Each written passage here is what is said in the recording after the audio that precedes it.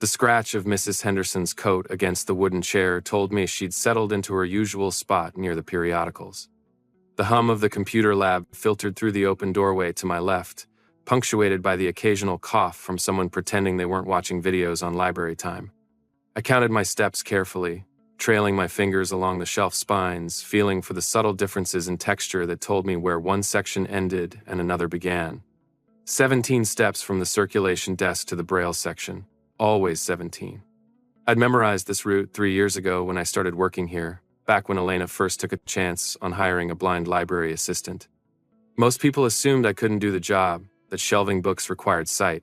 They were wrong. I was faster than half the sighted staff, my fingers flying over call numbers stamped in raised dots, my mental map of the library more detailed than any floor plan.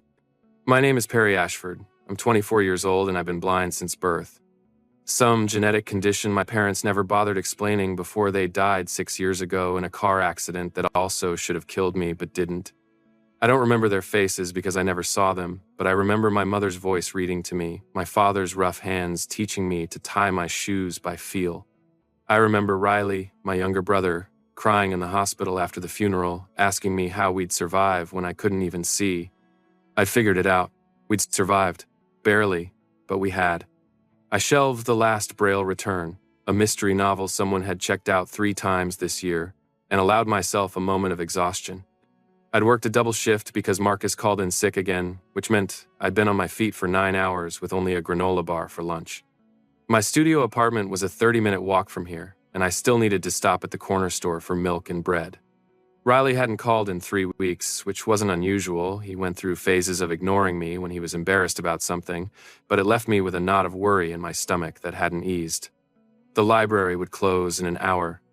I could either start my walk now and avoid the evening rush, or I could steal 45 minutes in the quiet reading room with an audiobook and leave myself barely enough time to get home before dark.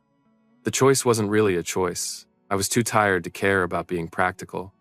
I retrieved my white cane from where I had left it, propped against the circulation desk, collapsed it to navigate the narrow aisles more easily, and made my way to the quiet reading room. The carpet changed texture under my feet, industrial and rough in the main library, softer and slightly plush in the reading room. Elena had fought the budget committee for that carpet, arguing that people came to libraries for comfort as much as books. The quiet reading room smelled like old paper and furniture polish. I breathed it in, letting the familiar scent ease some of the tension from my shoulders. My chair was in the back left corner, a wingback with arms that had been recovered so many times the fabric was baby soft under my palms. I'd claimed it 2 years ago, and the regulars knew to leave it empty for me. I settled into it with a sigh that came from somewhere deep in my bones, pulled out my phone, and queued up the audiobook I'd been working through, some thriller about a detective tracking a serial killer. I wasn't particularly invested in the plot, but the narrator had a voice, like whiskey and gravel, that made even the boring parts interesting. The story washed over me. I let my head rest against the chair back, my cane leaning against the armrest within easy reach. The quiet room lived up to its name, just the soft whisper of turning pages from somewhere across the room and the distant rumble of traffic outside. Then I heard them. Footsteps. 2 sets, moving in perfect sync like they'd walked together for years. Heavy boots, expensive from the sound of them, leather soles on the reading room carpet. The footsteps stopped near me, and I heard the whoosh of air as 2 bodies dropped into chairs with the kind of exhaustion that came from more than just physical tiredness. I didn't acknowledge them. The quiet reading room had an unspoken rule: leave each other alone. People came here to escape, and I respected that. Besides, I was too tired to make small talk with strangers. One of them sighed, a sound so deep it seemed to come from his chest cavity. The other shifted in his chair, and I caught a scent on the air that made my omega instincts prick up with interest. Alpha. No, alphas. 2 of them. I froze for half a second before forcing myself to relax. Alphas came to the library all the time. It didn't mean anything. I was on suppressants, had been since I was 16, and my scent was muted enough that most people couldn't tell I was omega unless they got very close. I'd learned early that advertising my designation led to assumptions I didn't have the energy to fight. The audiobook continued. The detective found another body. I tried to focus on the story, but I was hyper-aware of the 2 alphas near me now. Their breathing had started to even out. Deep and rhythmic. They were falling asleep. I should have moved then. Should have quietly gathered my things and relocated to a different part of the library. But I was so tired, and they weren't bothering me, and the selfish part of me that had walked 9 hours today in shoes that were developing a hole in the left sole didn't want to give up my chair. Time passed. I'm not sure how much. The audiobook played, chapter bleeding into chapter. The detective got closer to catching the killer. My eyelids grew heavy despite the coffee I'd had 3 hours ago. Then I felt it. Weight on my left shoulder, warm and solid, a head resting against me with the kind of trust that only came from deep sleep. Before I could process that, weight on my right shoulder too. Another head, another body leaning into me. Both alphas had slumped against me in their sleep, one on each side, pinning me to the chair between them. My heart rate kicked up. I should wake them, should definitely wake them. This was inappropriate and weird, and I didn't know these men, and what if they woke up angry that they'd been touching an omega, even accidentally? But their scent was wrapping around me now, thick and heady in a way that made my suppressants feel like they were working overtime. One smelled like black coffee and leather, sharp and clean. The other like cedar and something acrid I couldn't quite place. Gunpowder, maybe? Both scents were distinctly alpha, but muted in sleep, not aggressive or threatening. Just warm, safe. I told myself I'd give them 5 minutes. Let them rest because I knew what exhaustion felt like. Knew what it was to be so tired you'd sleep anywhere, even sitting up in a library chair. 5 minutes, then I'd shift and wake them naturally, and we'd all pretend this hadn't happened. The audiobook kept playing. The weight on my shoulders was grounding in a way I hadn't expected. I could feel their breathing, slow and steady, their chests rising and falling in a rhythm that seemed synchronized. My own breathing started to match theirs without me meaning to, and my eyelids grew heavier. Just 5 minutes, I thought again. I woke to the sound of sharp inhalation on both sides of me. The heads on my shoulders hadn't moved, but I felt both bodies go tense simultaneously. Their breathing changed, no longer the deep evenness of sleep, but something faster, more aware. I could practically feel their attention focusing on me like a physical weight. A low sound rumbled from the alpha on my left. Not quite a growl, but close, possessive. The alpha on my right answered with a similar sound, and the air between us seemed to thicken with something I couldn't name but my omega biology recognized instantly. Omega, one of them breathed, his voice rough with sleep. The word was barely above a whisper, but it hit me like a shout. Ours, the other rumbled, and that word vibrated through me from where his head still rested on my shoulder. Panic spiked through my exhaustion. I tried to pull away, to stand, but hands clamped on my arms before I could move. One hand on each arm, grips firm enough to hold me in place, but not painful, not yet. "Excuse me," I said, trying to keep my voice level even as my heart hammered against my ribs. "I need to leave now." Neither of them let go. I felt them shift, sitting up properly but maintaining their holds on me. Their sense intensified, no longer muted by sleep, and my suppressants felt like tissue paper against the onslaught of alpha pheromones suddenly flooding the small space. "Don't move," the one on my left said. His voice was smooth, cultured, with an edge of command that made my omega instincts want to obey before my brain caught up. He cut himself off abruptly. "I don't know what you think is happening," I said, and I was proud that my voice only shook a little. "But you need to let go of me right now. What's your name?" The one on my right, his voice rougher, less polished than his companions. "That's none of your business." "It's very much our business," the smooth-voiced one countered. "You're our—" "I'm leaving," I interrupted, trying again to stand. This time they let me, but I heard them both rise as well, one on each side of me. I grabbed my cane from where it leaned against the chair, snapped it open with practiced efficiency, and took one step before realizing I had no idea which direction would take me to the door.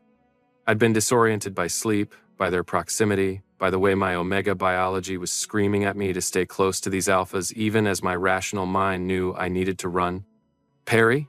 Elena's voice cut through the tension, high and tight with an emotion I'd never heard from her before. Fear.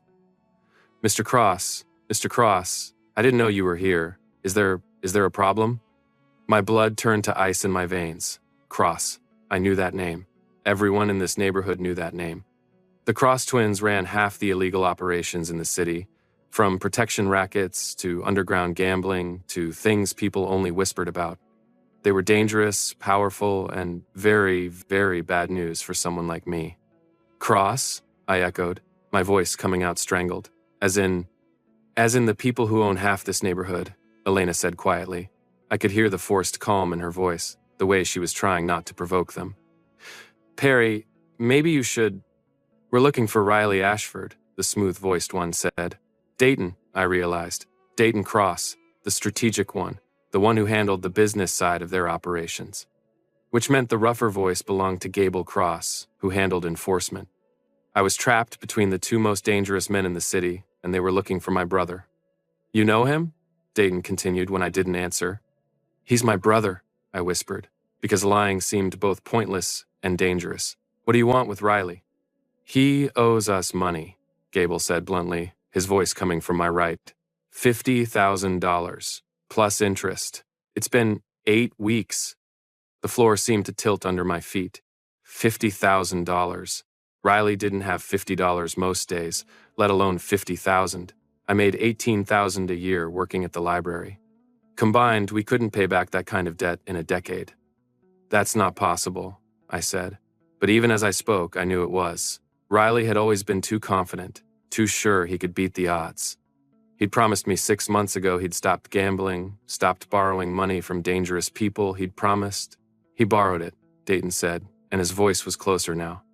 I could feel the heat of him just inches from my left side. From our associates. Hasn't been seen in 3 weeks. 3 weeks. The same amount of time Riley hadn't called. Which means the debt transfers to family, Dayton continued, his tone matter of fact, like he was discussing the weather instead of destroying my life. My legs gave out. I would have hit the floor if hands hadn't caught me, one arm wrapping around my waist from each side. They held me up between them, their grip strong and steady, and my traitorous Omega biology flooded me with relief at their support even as my mind screamed at me to fight. I don't have that kind of money, I managed. My voice sounded very far away. We know, Dayton said. There was a pause, heavy with implications I couldn't see, but could feel pressing down on me like a physical weight. But you have something else, Gable rumbled, and his hand on my waist tightened just slightly, possessive. You're coming with us, Dayton said. Not a question, a statement of fact. I'm not going anywhere with... The words died in my throat as heat slammed into me like a physical blow. It started low in my belly and spread outward in waves. My skin suddenly too tight, too hot, too sensitive where their hands touched me. My scent spiked. I could smell it myself, even through my suppressants, rain and cotton going sharp and sweet with Omega distress and something else. Something I'd never felt before because I'd never been this close to alphas who were this interested in me. Pseudo-heat. My suppressants were failing, overwhelmed by the double dose of alpha pheromones now that they were awake and aware of me. My body recognized them as potential mates and was preparing itself accordingly, biology overriding every rational thought in my head. Fuck, Dayton hissed. His arm tightened around my waist, pulling me closer against his side. Gable, get the car, now. I felt Gable hesitate, his hand flexing on my waist like he didn't want to let go. Then his touch vanished, and I heard his footsteps moving away quickly. Perry, Elena said, and her voice cracked. Perry, I'm so sorry. I didn't know Riley had if I'd known.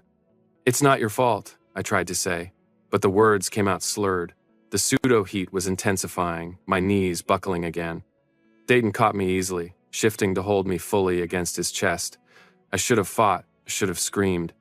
But his scent was everywhere, coffee and leather and alpha, and my Omega hindbrain was purring with satisfaction at being held. I've got you, Dayton murmured against my temple. Just breathe.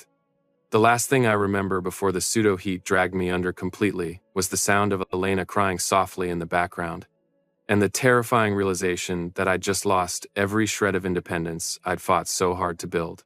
I woke to the sensation of movement, the hum of an engine beneath me, the slight sway of a vehicle taking turns. My head was pillowed on something warm and firm that rose and fell with steady breathing. A hand was in my hair, fingers carding through it gently, repetitively, a soothing gesture that my Omega instincts wanted to lean into.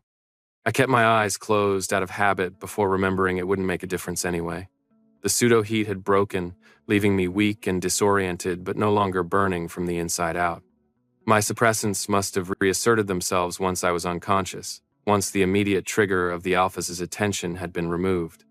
But I was still in danger, still trapped in a vehicle with the Cross twins, being taken somewhere I didn't know for purposes I didn't want to think about. He's awake, Gable's voice rumbled from above me. His chest, I realized. My head was in his lap in the back seat of what had to be an expensive vehicle based on how quiet the engine was. Heart rate changed about 30 seconds ago, Dayton said from somewhere in front of me. The front seat, probably. How are you feeling, Perry? How was I feeling? Terrified, furious, violated. My brother had sold me to the mob to pay his gambling debts, and these alphas had taken me like I was property they'd purchased. But I also felt the after effects of pseudo-heat, the bone-deep exhaustion and lingering sensitivity that made Gable's hand in my hair feel impossibly good. My Omega biology was still very interested in these alphas, suppressants be damned. Where are you taking me? I asked, instead of answering his question. My voice was hoarse, my throat dry. Home, Dayton said simply. My home is... Our home, Gable interrupted, his hand stilled in my hair. You're not going back to that studio apartment alone. Not when you're about to go into full heat. Horror spiked through me. I'm on suppressants. Which will fail, Dayton cut in. His voice was matter-of-fact, clinical. They always do with fated mates. You felt it back there, Perry. That wasn't normal pseudo-heat. That was a mate bond trying to form. Your body recognized us. No, that couldn't be right. Fated mates were rare, 1 in 1,000 Omega Alpha pairs. The chances of finding one fated mate were astronomical. 2 at once? Impossible. Except my Omega biology was screaming that it wasn't impossible, that these alphas were mine, that I was theirs, that everything would be perfect if I just stopped fighting and accepted it. I want my cane, I said instead, because I needed to ground myself in something concrete, something I could control. Silence for a beat. Then Gable, it's here, right next to you. I fumbled with my right hand, found the familiar metal cylinder on the seat beside me. I clutched it like a lifeline, like as long as I had my cane, I was still Perry Ashford, still independent, still in control of my own life. Where's Riley? I asked, forcing my voice steady. If you heard him. We haven't found him, Dayton said, and I heard truth in his voice. Yet. But when we do, the debt will be settled one way or another. The threat hung in the air between us. I knew what settled meant in their world. People who owed the Cross twins money didn't live to tell about it if they couldn't pay. I'll pay it, I said desperately, trying to push myself upright. Gable's hands came to my shoulders, steadying me, but also holding me in place. I'll work. I'll get a second job. $50,000 plus interest is now $68,000. Dayton interrupted. His tone was still clinical, like he was discussing a business transaction rather than my brother's life. At your library salary, it would take you approximately 12 years to pay off, assuming you somehow survived without paying rent or buying food. We don't wait that long. 12 years. The number sat in my stomach like a stone. Riley had destroyed both our lives for gambling debt. The car stopped. I heard the driver's door open and close, then Dayton's door. A moment later, my door opened, and cool evening air rushed in. Can you walk? Dayton asked. His voice came from just outside the car. I can walk, I said, pushing away from Gable and trying to stand. My legs were shakier than I wanted to admit, the pseudo-heat having taken more out of me than I'd realized. I fumbled for my cane, got it extended, and stepped out of the car onto pavement. Not here, you can't, Gable said, and before I could protest, he'd lifted me into his arms. One arm under my knees, the other behind my back, cradling me against his chest like I weighed nothing. I can walk, I repeated, humiliation burning through me. I just need a minute to... You don't know the layout, Gable said. His voice was gentler than I expected. You could hurt yourself. And that was when the full reality of my situation crashed over me. I was blind. I was in an unfamiliar place. I had no idea where I was, how to get home, how to call for help. Every carefully memorized route, every mental map I'd built over years of learning to navigate my world was completely useless here. I was utterly, completely dependent on them. I felt tears prick at the corners of my eyes and blinked them away furiously. I wouldn't cry, wouldn't give them the satisfaction of seeing me break. "Where are we?" I asked instead. "My building," Dayton said. I heard him walking beside us as Gable carried me. "Penthouse level, 42 floors up." 42 floors. I'd never been higher than the 3rd floor of the library. The thought of being that far from the ground made my stomach clench. I heard doors whoosh open, elevator doors probably, and then we were moving upward. The sensation of rising made my inner ear protest. I turned my face into Gable's chest without meaning to, breathing in his scent to ground myself, cedar and gunpowder and alpha. My omega hindbrain purred. "Almost there," Gable murmured. His voice rumbled through his chest into my ear. "You're doing good." I wasn't doing anything. I was being carried like a child, like someone helpless, like everything I'd spent my life proving I wasn't. The elevator stopped. More doors whooshed open. Gable carried me forward, and I heard the click of expensive shoes on what sounded like marble or tile. Then the texture changed to something softer, carpet or a rug. "I'm going to set you down," Gable said. "There's a couch right behind you." He lowered me carefully onto what was indeed a couch. Leather, butter-soft, the kind that probably cost more than 6 months of my rent. I kept my cane in a death grip, my other hand pressed against the couch cushion to orient myself. "Describe it," I said suddenly. If I was going to be trapped here, I at least needed to know what here was. "The penthouse?" Dayton's voice came from my left, maybe 10 feet away. "You want me to describe it?" "Yes." I lifted my chin, trying to project confidence I didn't feel. "If you're going to keep me here, I need to know the layout." There was a pause. Then Dayton's footsteps approached, and I felt him sit down on the couch beside me, not touching, but close enough that I could feel his body heat. "All right," he said. "The elevator opens directly into the foyer. Black marble floor, 6 feet by 6 feet. Straight ahead from the elevator is the living room where we are now. Hardwood floors with a large Persian rug in the center. The couch you're on faces the windows, floor-to-ceiling windows that overlook the city.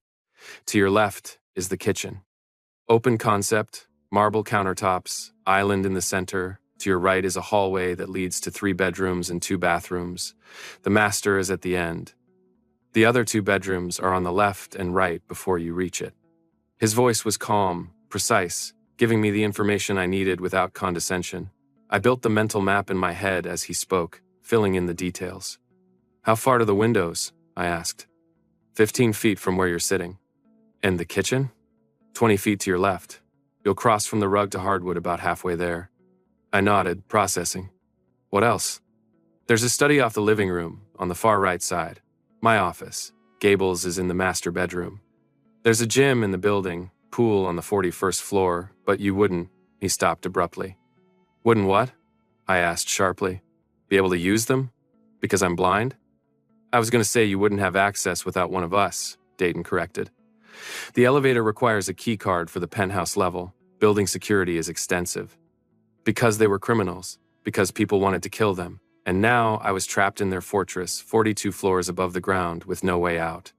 I need to use the bathroom," I said, because it was true, but also because I needed space, needed to be away from their suffocating presence for 5 minutes to think. "I'll show you," Gable said, and I heard him move closer. "No," the word came out sharper than I intended. "Just tell me how to get there. I can do it myself." Another pause. Then Dayton, 15 steps forward from where you're sitting. You'll reach the hallway. Turn right. The first door on your left is a bathroom. It's 3 steps after you turn." I stood carefully, extended my cane, and counted. The floor texture changed from rug to hardwood exactly where he'd said it would. I found the hallway, turned right, counted 3 steps, and found the door. It was open. I stepped inside, closed the door behind me, and finally let myself breathe. The bathroom was large. I could tell from the echo when I let out a shaky breath. I fumbled for the light switch out of habit, even though it wouldn't make any difference to me, and found it on the right side of the door. I flipped it on anyway. Then, I slid down the door until I was sitting on what felt like heated tile floor, wrapped my arms around my knees, and tried not to fall apart completely. Riley had done this. My baby brother, the one I'd raised after our parents died, the one I'd worked 2 jobs to put through high school, had sold me to the mob for $50,000. And now I was trapped with two alphas who thought I was their fated mate, who'd taken me from the library like I was property, who were keeping me here for God knows what purpose. I should have been planning escape, should have been trying to figure out how to get to a phone, call the police, something. But even through my panic, I knew it was useless. The police wouldn't help me against the Cross twins, and even if they did, even if I somehow got free, Riley's debt would still exist. They'd still hunt him down. They'd still kill him. Unless I could convince them to let him go. Unless I could give them something they wanted more than money. My stomach turned over. I knew what they wanted. They'd made it clear in the library. They thought I was their Omega, their fated mate. And if that was true, if the bond was really trying to form, then they'd never let me go. But maybe I could bargain. Maybe I could trade myself for Riley's safety. Stay here willingly if they promised to forgive his debt and leave him alone. It was the only leverage I had. I pulled myself up, used the toilet, washed my hands, and tried to compose myself. When I opened the bathroom door, I nearly ran into Gable. He'd been standing right outside, close enough that I walked into his chest. His hands came up to steady me, gripping my shoulders gently. "You okay?" "No," I said honestly, "but I need to talk to both of you about Riley's debt." I felt him tense. "Come on." "Dayton's in the living room." He offered me his arm. I hesitated, then took it, letting him guide me back. It was more efficient than using my cane in an unfamiliar space, and I needed to conserve my energy for the negotiation ahead. Dayton was standing by the windows when we reached the living room. I could tell by the direction his voice came from when he spoke. "You want to talk about the debt?" "Yes." I lifted my chin. "I want to make a deal." "What kind of deal?" His footsteps approached. I heard him sit down, probably on the couch. Gable guided me to sit as well, then settled beside me. I was between them again, one twin on each side. The position should have felt threatening, but instead felt oddly secure. My Omega biology was still determined to betray me.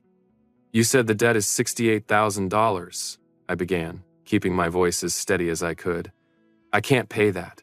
But you also said in the library you said I was your..." I couldn't quite make myself say the words. "You think there's a bond forming." "There is a bond forming," Gable corrected. His voice was certain, absolute. We both felt it. You did too. I didn't deny it. Lying would be pointless.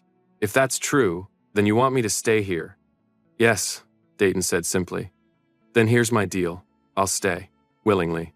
I won't fight you, won't try to run. I swallowed hard. I'll accept the bond. Let it form. Whatever you want from me, I'll give it. In exchange, you forgive Riley's debt completely. You leave him alone. You promise he'll be safe." Silence. I could feel them looking at each other over my head, some silent communication passing between them. "No," Dayton said finally. My heart sank. "No? The debt is already forgiven," Gable said.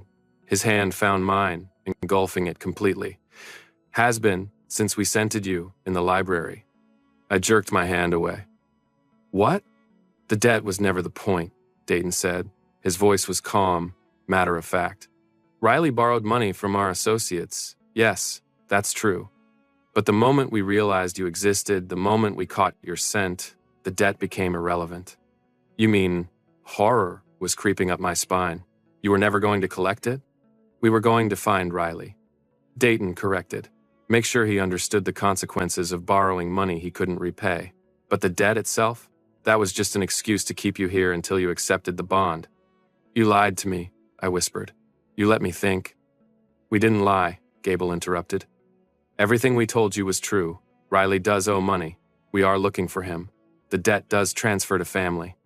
We just didn't mention that we'd already decided to forgive it if it meant keeping you."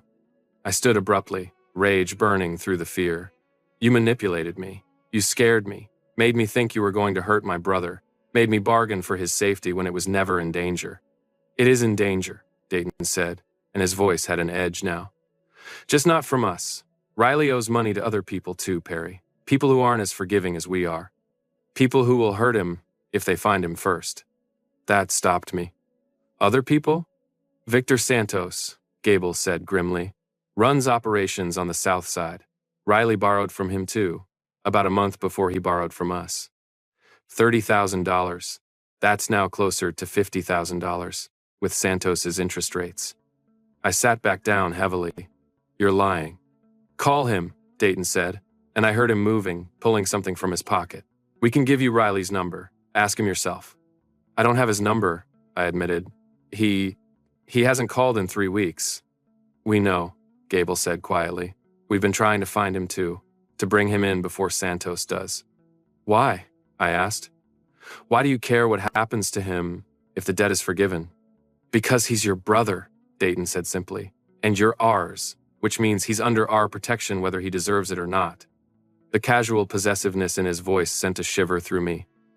I'm not yours. You can't just decide that. We didn't decide it, Gable said. His hand found my knee, warm and heavy. The bond decided. We just recognized it. I don't believe in fated mates, I said, but my voice shook. It's just biology. Pheromones. It doesn't mean anything. It means everything, Dayton said. But we're not going to force you to accept it, Perry. You're free to leave whenever you want.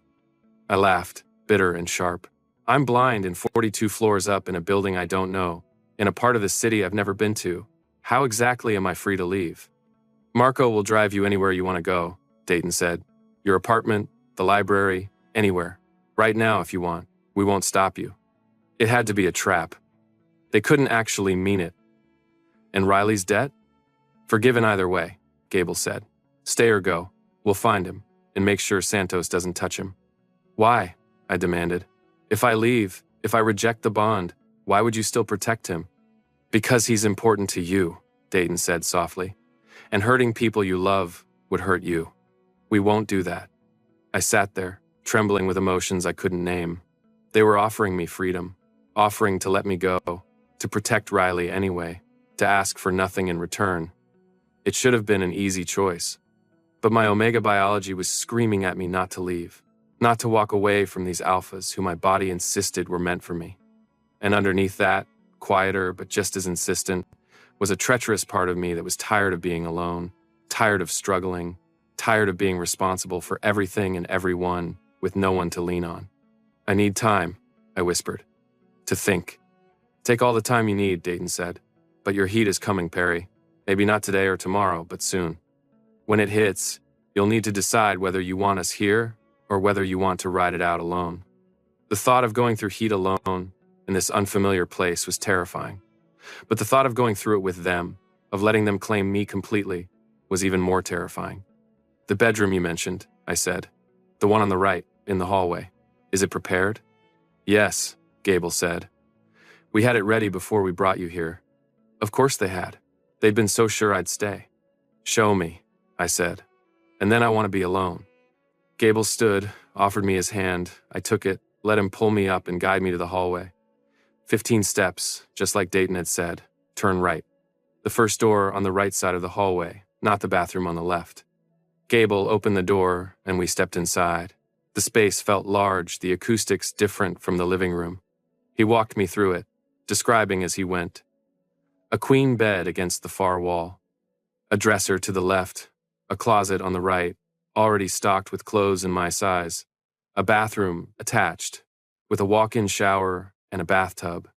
On the bedside table, I felt what he told me were books, Braille books. I ran my fingers over the spines, feeling the raised dots. They were new, the paper still stiff, not worn soft by other readers' hands. How did you know? I asked quietly. We've been watching you for 3 days, Gable admitted. Since Riley's debt came to our attention, and we realized he had a brother. We saw you at the library, saw how you navigated, what section you worked in. Dayton ordered the books. 3 days. They'd been planning this for 3 days, watching me, learning about me, preparing this room like a cage disguised as comfort. Get out, I said. My voice was shaking again. Please, just get out. He hesitated. I felt it in the way his hand tightened on mine for just a second before letting go. Then his footsteps retreated. The door closed, softly, behind him. I was alone. I made my way to the bed, sat down on the edge, and let myself feel everything I'd been holding back. The fear, the anger, the betrayal, the grief for the life I'd lost in the span of one afternoon. And underneath it all, quieter but growing stronger, the traitorous pull of the bond that insisted these alphas were mine, that I was safe here, that I belonged between them. I pulled my phone from my pocket, unlocked it by touch, and called Riley's number. It went straight to voicemail like it had for the past 3 weeks. "Riley?" I said after the beep. My voice was steady now, cold. "I know about the debt, all of it. When you get this message, call me back. We need to talk." "And Riley?" I paused. "You better pray they find you before I do." I hung up, plugged the phone into a charger I found by feel on the bedside table. They'd thought of everything. Then I lay back on the bed. In this room that was supposed to be mine, in this penthouse that was supposed to be my home, and stared at the ceiling I couldn't see while my world rearranged itself into something I didn't recognize. Tomorrow I would figure out what to do. Tomorrow I would make a plan. Tonight, I just needed to survive. I woke to the smell of coffee. Not the burnt, bitter coffee from the library break room, but real coffee, rich and dark and complex. My stomach growled despite everything, reminding me I hadn't eaten since the granola bar yesterday morning. I sat up carefully, orienting myself. The bed was soft, too soft, like sleeping on a cloud. I'd barely slept, my mind churning through everything that had happened, every possible escape route, every way this could go wrong. But exhaustion had claimed me eventually, pulling me under into fitful dreams of running through hallways that all led back to the same place. I heard a soft knock on the door. "Perry? You awake?" Dayton's voice, smooth and cultured, even through the door. "I'm awake," I called back, my voice rough from sleep and crying I wouldn't admit to. The door opened.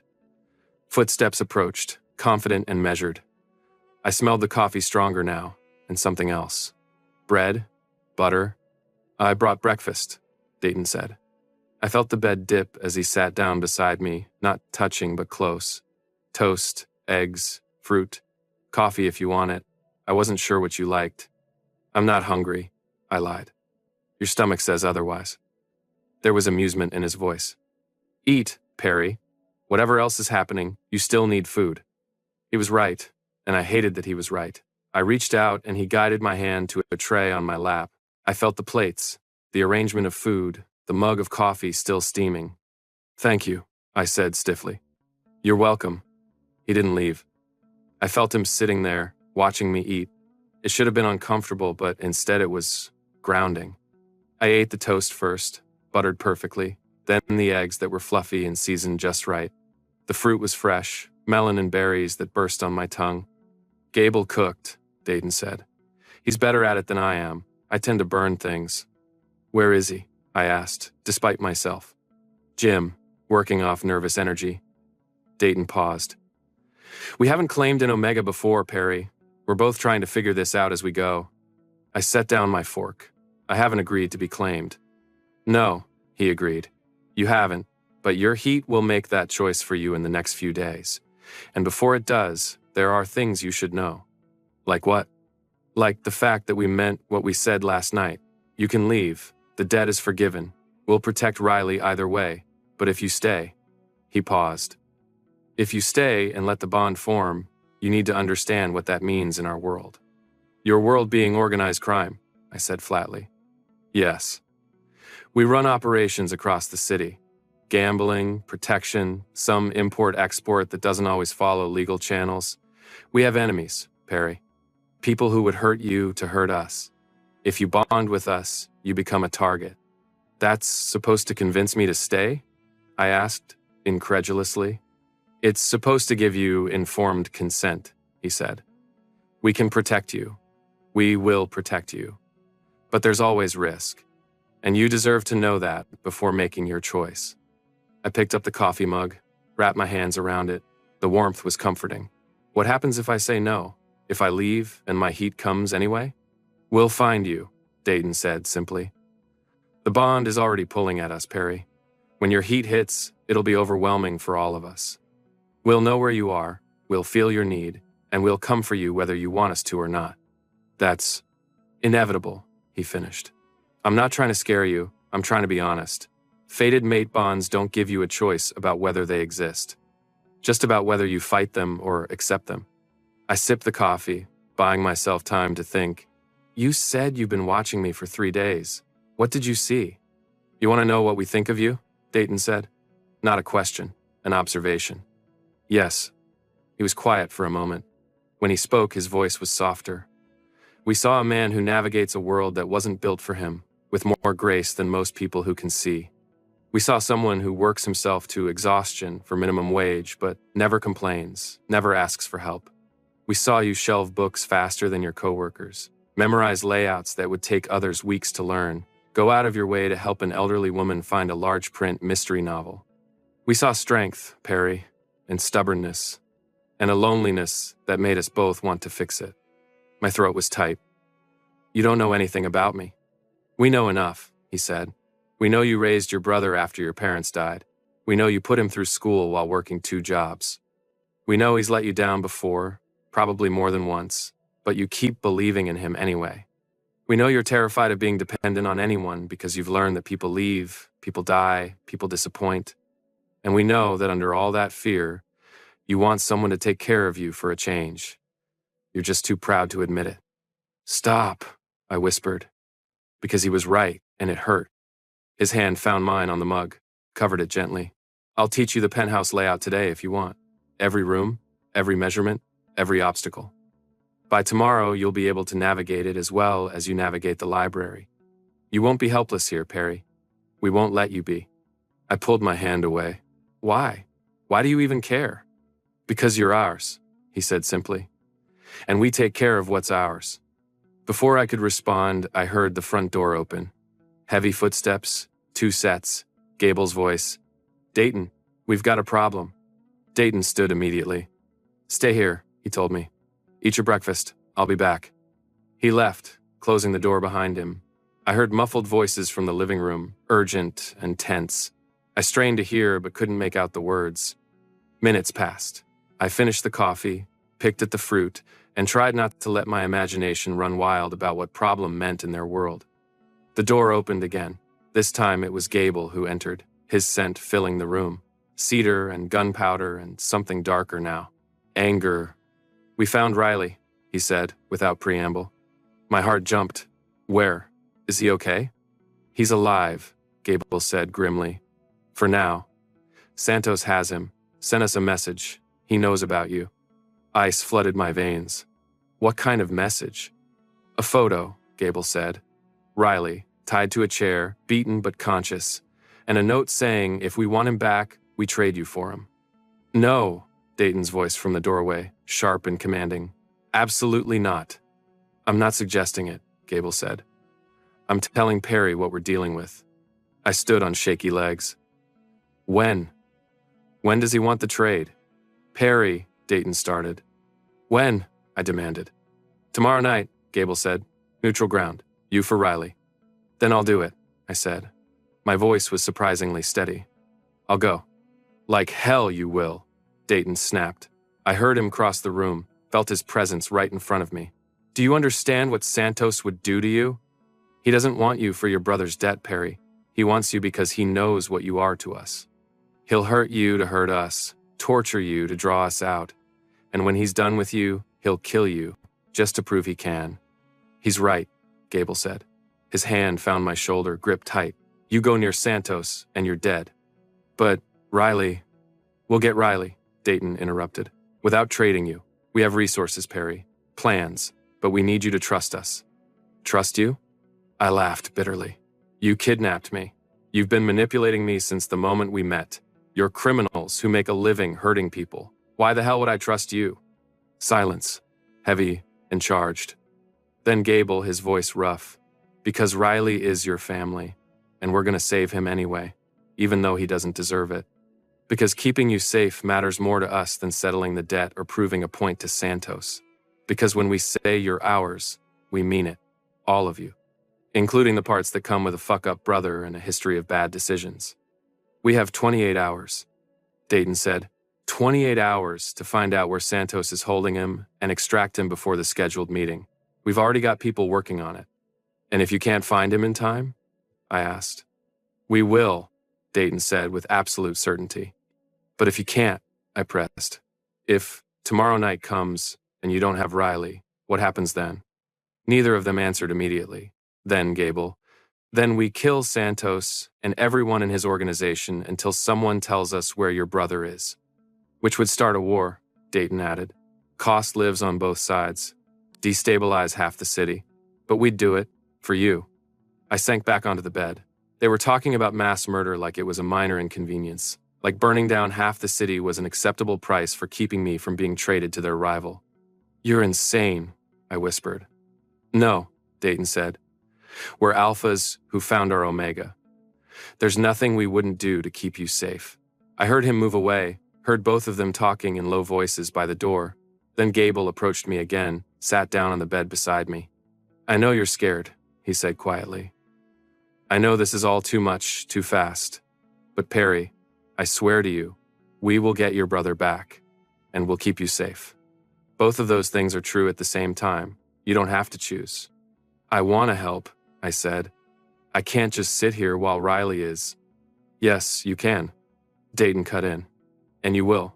Because if Santos gets even a hint that you're not secured here, he'll send people for you. The safest place for you right now is in this penthouse with us. He was right, and I hated it.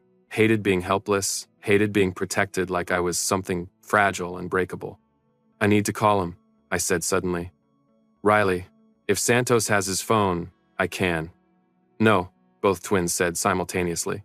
Santos is smart enough to trace the call, Dayton explained.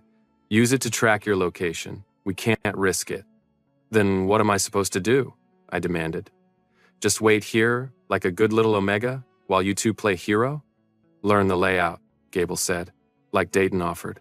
Learn this space so well you could navigate it in your sleep, because Perry, your heat is going to hit soon. Maybe today, maybe tomorrow. And when it does, you need to know this place is safe. That you're safe here with us. My heat.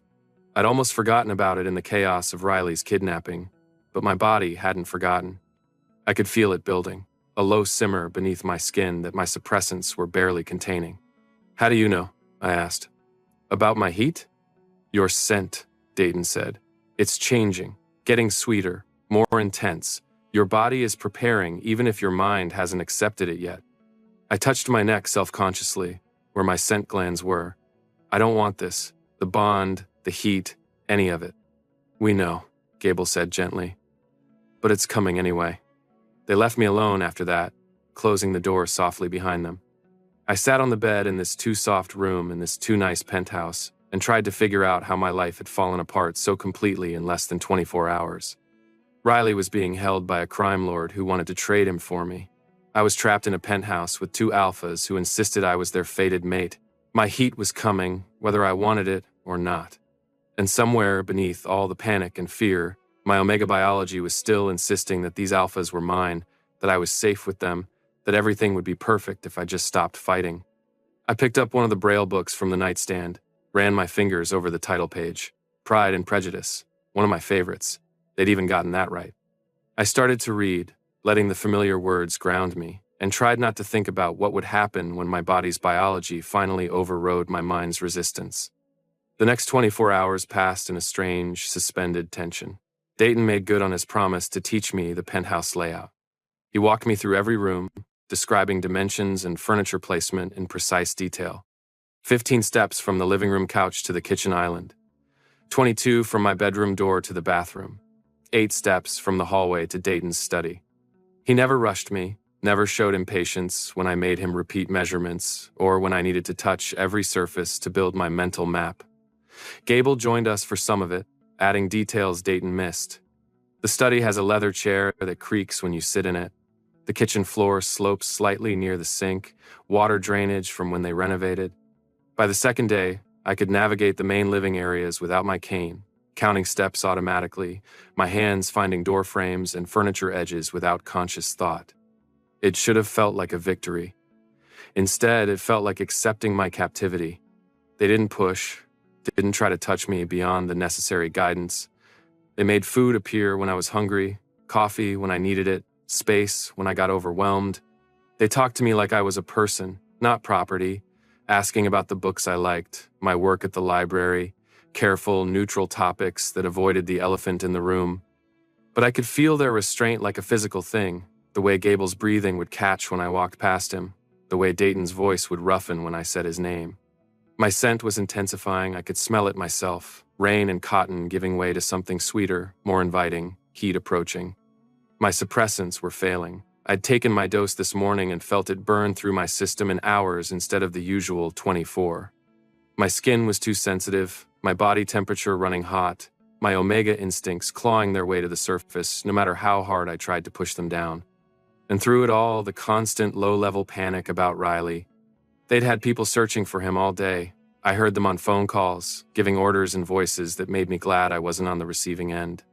Marco reported in every few hours with updates that went nowhere. Santos had Riley somewhere off the grid, somewhere their usual contacts couldn't penetrate. The deadline was tonight, midnight. The trade that wasn't going to happen because Dayton and Gable refused to even consider it. I was in my room, trying to read but unable to focus, when my phone rang. Riley's number. I answered before I could think twice. Riley? Perry. His voice was rough, pained. Perry, I'm so sorry. I fucked up. Where are you? I demanded. Are you hurt? Santos wants to talk to you, Riley said, and then there was a rustling sound like the phone being passed. Perry Ashford. A new voice, smooth and cold. I've heard so much about you. Where's my brother? I asked, keeping my voice steady through sheer force of will. Safe for now, Santos said. Whether he stays that way depends on you. I'll do whatever you want, I said quickly. Just don't hurt him. I heard movement in my doorway, felt the spike of alpha anger as both twins appeared. I ignored them. What I want, Santos said, is simple. You, for him. Midnight tonight at the old warehouse on Pier 47. You come alone, we make the trade, everyone walks away. I'll be there, I started to say, but the phone was suddenly plucked from my hand. He won't, Dayton said into the phone, his voice colder than I'd ever heard it. And you won't live to see tomorrow if you touch him again, Santos. He hung up. Silence filled the room, broken only by my ragged breathing. You had no right, I started. We had every right, Dayton interrupted. You're not going anywhere near that warehouse. He has Riley. And he'll kill you both the moment he has you, Gable said. His voice was tight with barely controlled rage. It's a trap, Perry. You have to know that. I stood, my hands clenched into fists. Then what's your plan? Because I don't see how this ends with Riley alive if I don't go. We're working on it, Dayton said. You have 3 hours, I shouted. 3 hours to find him, or Riley dies and it's my fault because I wouldn't. It's not your fault, Gable interrupted. He crossed the room, his hands coming to my shoulders. Riley made his choices, borrowed money he couldn't pay. Got involved with people he shouldn't have. Those were his decisions, not yours. He's my brother, I whispered. He's all I have left. No, Dayton said quietly. You have us. I pulled away from Gable, my back hitting the wall. I don't want this. I don't want you. I just want my brother back and my life back, and... Heat spiked through me mid-sentence, so intense it stole my breath. I gasped, my knees buckling. Gable caught me before I hit the floor, lifting me easily. Fuck, he muttered. Dayton. I know, Dayton said grimly. Get him to the bed. Don't, I managed, trying to push at Gable's chest. My suppressants are done, Dayton said. I felt him close, his scent wrapping around me. Your heat is here, Perry. Fighting it will only make it worse. He was right. I could feel my body surrendering, my omega biology taking over completely. My scent spiked, filling the room with sweetness that made both alphas groan. I felt their control fracturing, their alpha instincts responding to my heat call. Gable laid me on the bed. I curled on my side, wrapping my arms around myself as another wave of heat rolled through me. It hurt, need and emptiness clawing at my insides, my body screaming for alpha touch, alpha scent, alpha knot. Get out, I gritted through clenched teeth. Both of you, get out. Perry, Dayton started. Please, I begged. Because I could feel myself losing control, feel the bond pulling at me, wanting them, needing them. If they stayed, I'd beg them to claim me. I'd give in completely. And then, where would Riley be? I heard them move to the door, hesitate. We'll be right outside, Gable said. His voice was strained. If you need us. I won't, I lied. The door closed. I was alone, with my heat, with the need building to unbearable levels, with the knowledge that my fated mates were 10 feet away and all I had to do was call and they'd come for me. I buried my face in the pillow and tried not to scream. Hours passed, or maybe minutes. Time lost meaning in the haze of heat. I heard myself whimpering, felt myself shaking, my body betraying me in every possible way. I needed alpha. Needed touch, scent, the promise of safety and satisfaction that only a bonded mate could provide. The door opened. I knew who it was before he spoke, could identify him by scent alone now. Dayton. Perry, he said quietly. We found him. It took me several seconds to process the words through the heat fog. Riley? Marco just called. They tracked Santos to a warehouse in the industrial district. Different location than the meet. They're extracting Riley now. Relief crashed over me so intense it hurt. Is he okay? Beaten but alive, Dayton said. He came closer, and I could smell the restraint on him, the alpha instinct warring with his control. We're bringing him here. He'll be safe. Thank you, I whispered. Don't thank me, he said. We did it for you. Another wave of heat rolled through me, and I curled tighter, biting back a cry. I heard Dayton's breathing change, heard him take a step closer. Let us help you, he said softly. Please, Perry. I can smell your pain from here. This doesn't have to be torture. Can't, I managed. If I let you the bond. The bond is already forming, Dayton said. Has been since the moment we scented you. Fighting it won't make it go away. It'll just make you suffer for nothing. I don't want to need you, I admitted, the heat burning away my filters. I don't want to be someone who needs anyone. Too late, he said, and I felt the bed dip as he sat beside me. His hand came to my face, brushing sweat-soaked hair back. The touch sent electricity through me, my omega hindbrain purring with satisfaction. You do need us, Perry, and we need you. That's what fated mates means. Hate you, I whispered without heat. I know, he said gently. You can hate us and still let us take care of you. Those things aren't mutually exclusive. I felt his hand trail down my neck, careful and deliberate. When his thumb pressed against my scent gland, I couldn't stop the moan that escaped. Please, I heard myself beg, my body winning over my mind. Please, I can't. Shh, he soothed. We've got you. He must have signaled Gable somehow because I heard the door open again, felt the bed dip on my other side, both of them now, flanking me like they had in the library a lifetime ago.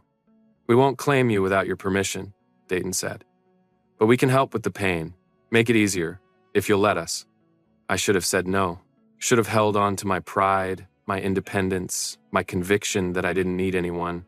But the heat was consuming me and they were right here. Their scents promising relief, their presence offering safety I hadn't felt since my parents died. Okay, I whispered. Okay. Gable's hand found mine, squeezed gently.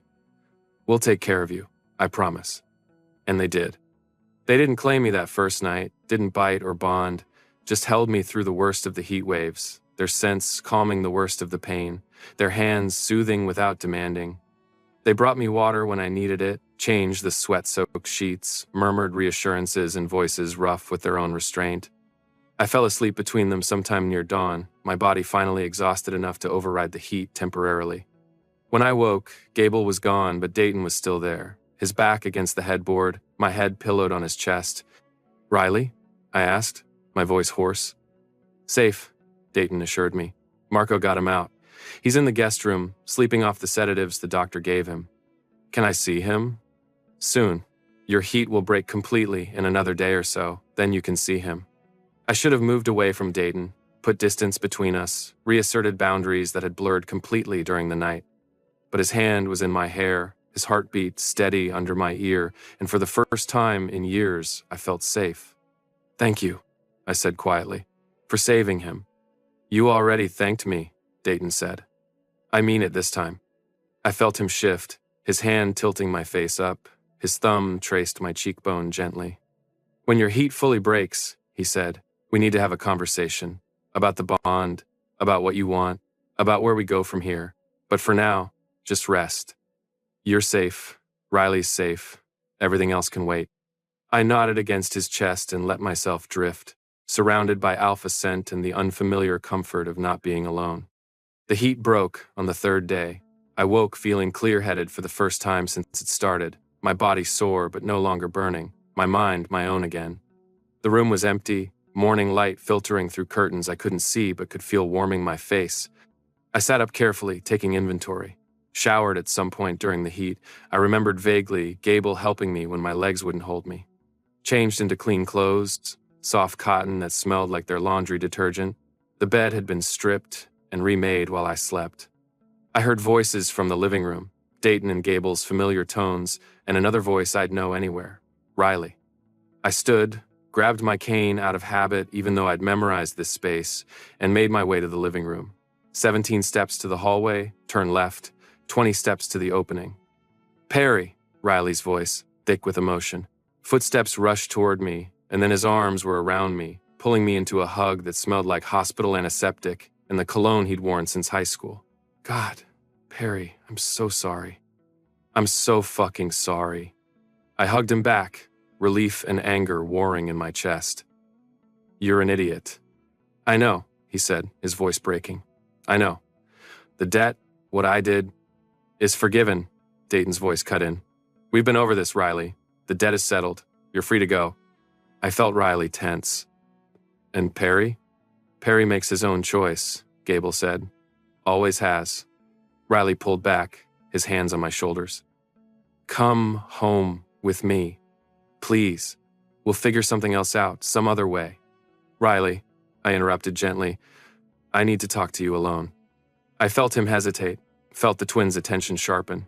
Then Dayton. "Use the study. We'll be in the kitchen if you need us."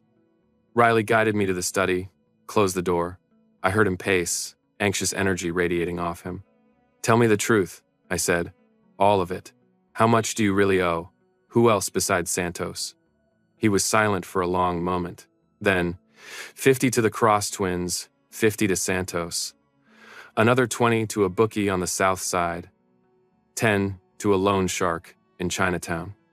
"Perry, I have a problem with gambling. I've had it for years, and I thought I could control it, and $130,000, I said quietly. "Riley, how did you even—" "I kept thinking the next bet would be the one that paid off," he said miserably. "That I'd win big enough to pay everyone back and you'd never have to know. I'm so sorry. I ruined everything." "You nearly got yourself killed," I corrected. "But the Cross twins cleared your debt with them, and Dayton said they'd handle Santos too." "Why?" Riley asked. "Why would they do that?" I touched my neck, where my scent glands were still tender, still marked by their scent if not their bite. "Because they think I'm their fated mate, and they want me to stay here with them." "Perry, no, you can't. They're dangerous. They're going to protect you," I finished. "Even though you don't deserve it. Even though you betrayed me and lied to me and put us both in danger, they're still going to make sure you're safe because I asked them to." "Then ask them to let you go too," Riley pleaded. "We'll leave the city. Start over somewhere." "With what money?" I asked. "How exactly do you plan to pay back the other $30,000 you owe? Or should I work 3 jobs instead of 2 while you gamble it away again?" He flinched. "That's not fair." "It's completely fair," I said. My voice was steady, calm, all the anger I'd been holding burning away into something clearer. "I've been taking care of you since I was 18, Riley. Working myself to exhaustion, sacrificing everything so you could have opportunities I never got. And you threw it away on gambling debts and never even told me." "I was ashamed," he whispered. "You should be," I said. "But that doesn't change where we are now. You need help, Riley. Real help. Therapy, rehab, something, and I can't give you that. I don't have the resources or the energy or the ability anymore." "What are you saying?" "I'm saying I'm staying here," I said. The decision crystallized as I spoke it aloud. "With Dayton and Gable. Not because you forced me into it, not because I have no other choice, but because I want to." "You want to stay with the mob?" Riley asked incredulously. "I want to stay with the alphas who saved your ungrateful ass," I corrected. "Who are offering me safety and security and a bond I can feel pulling at me whether I like it or not, who make me feel less alone than I've felt in 6 years." This is insane, Riley said. You barely know them. I barely knew what I was doing when Mom and Dad died and I had to figure out how to raise you. I said, I barely knew how to navigate the world when I lost my sight. I've been figuring things out as I go my whole life, Riley. This is just one more thing. Perry? They have resources, I interrupted. Connections. Dayton said they can get you into a treatment program, a good one, fully paid. But you have to want it, Riley. You have to actually commit to getting better. Silence. Then, quietly, and if I don't? Then you're on your own, I said. It hurt to say it, but it was true. I love you, Riley. You're my brother, and I always will, but I can't save you anymore. I can't keep sacrificing my life for yours when you won't even try to help yourself. I heard him crying, soft, broken sounds. Part of me wanted to take it back, to comfort him, to promise I'd fix everything like I always had. But I was too tired and too raw and too done enabling him. I'll do it, he said finally. The program. I'll go. I want to get better, Perry. I swear. Then prove it, I said gently. Do the work, get clean, and maybe someday we can actually be family again instead of you being my responsibility. The door opened. Dayton's voice. Everything okay? Fine, I said. Riley was just leaving. I felt Riley hug me one more time, quick and tight. I love you, Perry, and I'm sorry for all of it. I know, I said. I love you too. Then he was gone, Marco escorting him out to get him settled into the treatment program Dayton had already arranged. The door closed behind them, and I was alone with the twins. You meant it, Gable said. Not a question. About staying. I meant it, I confirmed. I turned toward where I knew they were standing, but I have conditions. Name them, Dayton said. I want to keep working, I said. Maybe not at my old library, but somewhere. I need to do something with my life besides being someone's mate. Agreed, Dayton said immediately. There's a university library on the north side. Better pay, better resources. I can make some calls. I want my own bank account with enough money that I could leave if I needed to, I continued. Not because I plan to, but because I need to know I'm choosing this freely. Already set up, Gable said. Account number and access information are in your room. And I want honesty, I said. About your business, about the dangers, about what being bonded to you actually means. No more manipulation, no more secrets. They were quiet for a moment, then Dayton. That's fair. But Perry, there are some things we can't tell you. Not because we don't trust you, but because knowing certain details puts you at risk. Can you accept that there will be boundaries? I thought about it. As long as you're honest about when you're not telling me something and why. Deal, Gable said. I took a deep breath. And when my heat comes again, when the bond completes, I want it to be my choice. Not biology forcing my hand, not circumstances, but me consciously choosing you both. It will be, Dayton promised. We'll wait as long as you need. I nodded. Then, I don't need to wait. Silence. Perry, Gable started. I've spent 3 days with you in my heat, I interrupted. Felt how you took care of me, trusted me, put my needs first, even when your alpha instincts were screaming at you to claim me. You saved Riley, even though he didn't deserve it.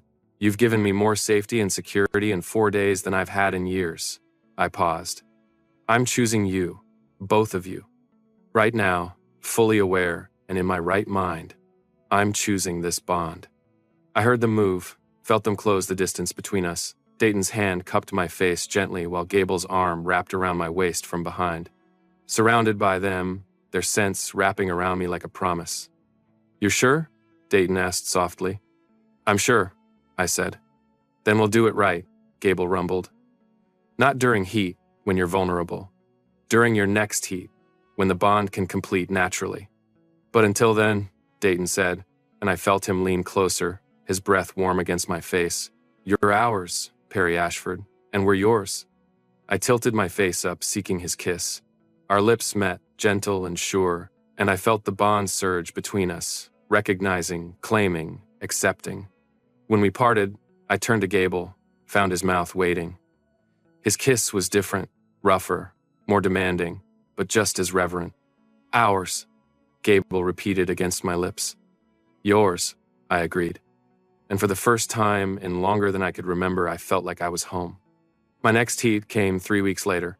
In that time, I'd settled into life with the twins in ways that surprised me. Dayton had made good on his promise about the university library job, better hours and better pay, and colleagues who treated my blindness as an interesting challenge rather than a disability. Gable had taught me to cook by feel and scent, his hands guiding mine through complicated recipes.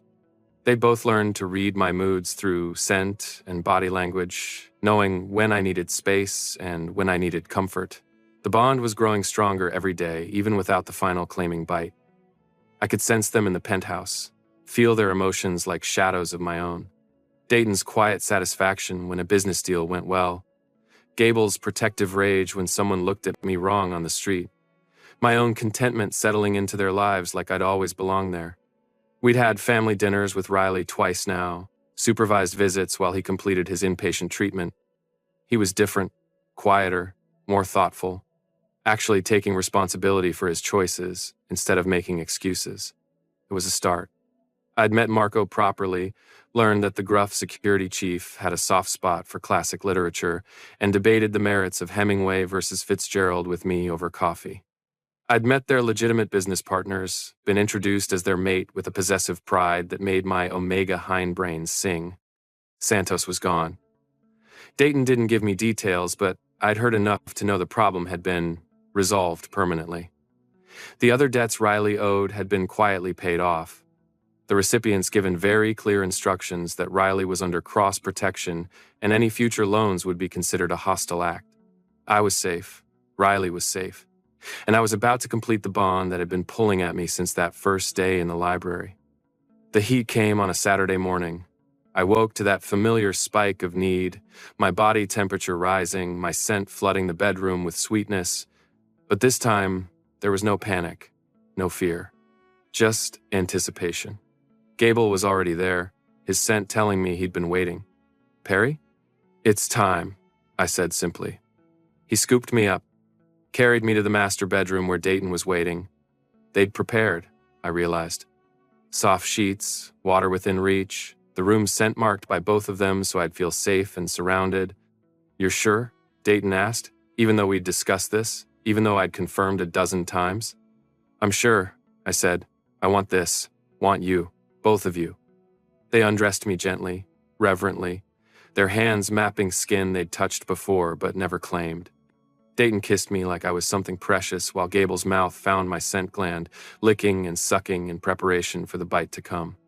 The heat made everything more intense, every touch electric, every scent overwhelming in the best way. They took turns preparing me, stretching me, making sure I was ready. When Gable finally pushed inside me, I gasped at the fullness, the rightness of it. Okay? He asked, his voice strained with control. Perfect, I managed.